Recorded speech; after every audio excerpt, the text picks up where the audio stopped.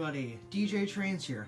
Welcome back to another episode of Set Reviews. On today's episode, I'm going to be reviewing the 2010 Cranky at the Docks set. So let's get into it. Released in 2010, this set actually comes with quite a bit. Salty, a cargo car with some barrels, a ship, and Cranky. Features a small loop of track and a small shed with a little signal thing over there. It also has two areas for boats, which is good if you're into the more nautical side of things. The set is pretty simple in how it functions. Essentially, Salty pushes... oh, shoot. Anyway, Salty buffers up to the cargo car and he pulls it around. And eventually, when you want to, you can put it here.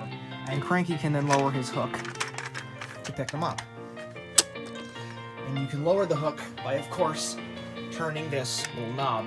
You can then bring the barrel up by turning the red knob, and then Cranky's head swivels, so you can then turn him around and lower the barrel into the ship. Cranky's crane arm also moves up and down, so you can reach farther places, like say a farther outside track or something. Now don't get me wrong, that kind of play can get fairly repetitive, but I mean, for what it is, it's fine. It's Cranky at the docks. You don't really expect anything else. It's worth noting too that all the vehicles included in the set, with the exclusion of maybe the red ship, are all pretty nice. The barrels and cargo car look pretty cool, Salty's detailed really nicely with a really nice face, and Cranky's got all kinds of detailing, and just in general looks really good. This is probably one of the best Crankies that the die-cast range has ever made. Another thing this set does really well is folding. And that's one thing I forgot to mention about the Rumbling Goldmine in the previous review. A lot of these sets have the ability to fold up. In fact, most of them do, for easy portable play, which is kind of the motto of the take and play, take along range.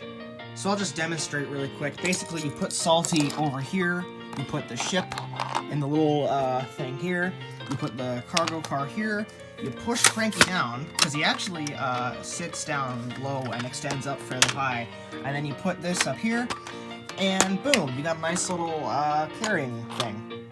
So yeah.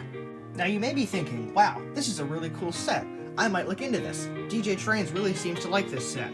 Well, I do not really recommend it. Don't get me wrong, this set looks really good. The presentation is great, the portability is amazing, all the characters and pieces included are detailed wonderfully. It's just that it doesn't really function as a dockyard set. I mean, yeah, I know they were trying to go for a fold-up dockyard Cranky kind of set, and that's totally fine, but this just doesn't function as a dockyard set. You have Cranky in the middle of a loop of track, which just doesn't really look that good. And the ship sits in the middle. The ship can't go anywhere because it's in the middle of a loop of track. You know, it just doesn't work as a dockyard set, and I find it to be very infuriating. And if I'm being honest, it's a problem that a lot of the die-cast dockyard sets and just dockyard sets in general have. I mean, heck, this set on my layout has the exact same problem. It's just instead of the crane being in the middle, it's the water. Like, what's the point of that? I don't know, maybe I'm asking for too much, but if you're gonna make a dockyard set based on the dockyards of Thomas and Friends, I don't know, maybe make this set actually function as a dockyard. I don't think that's too crazy of an idea. Overall though, for what it is, this set is actually pretty good. With a nice little loop of track, some pretty decent portability, and some really well detailed characters. If it's really on your list of things to collect, I would say go for it, but otherwise I would just kind of stay away from it. I'm gonna give Cranky at the Docks a C+. Not that bad, but more effort was needed.